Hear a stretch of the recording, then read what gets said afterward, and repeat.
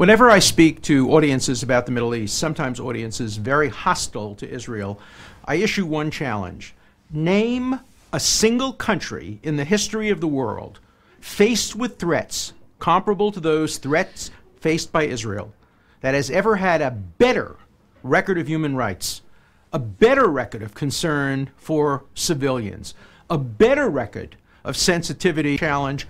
No one has ever come up with the name of a country that has a better record than Israel. Now, if that's true, why have there been more resolutions directed against the best country than the worst countries? Democracy stunk. That doesn't reflect on Israel, if only. Hey, der Piloten sagt der Piloten! In 1940s, we said never again. Again and again and again. Strafen, strafen, die strafen, sie strafen!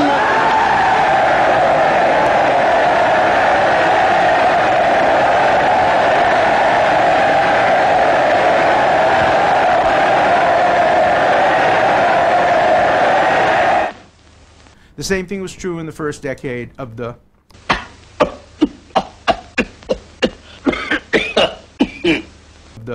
21st century. Because human rights should be a reaction to human wrongs. And what we've seen instead is that the human rights agenda has been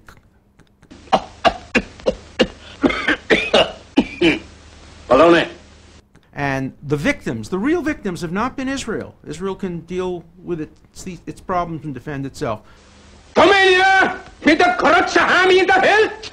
Romania has the greatest army in the world. Der größte Navy in der Welt. The greatest navy in the world. The real victims have been the 6 million people, the one nation that has the best human rights record in the world. So as we look to human rights and celebrate them, I think one has to look to Israel as a model and has to look at the United Nations and other organizations as a model of what not to do, how not to respond to the problems of the world today. For Hinkel!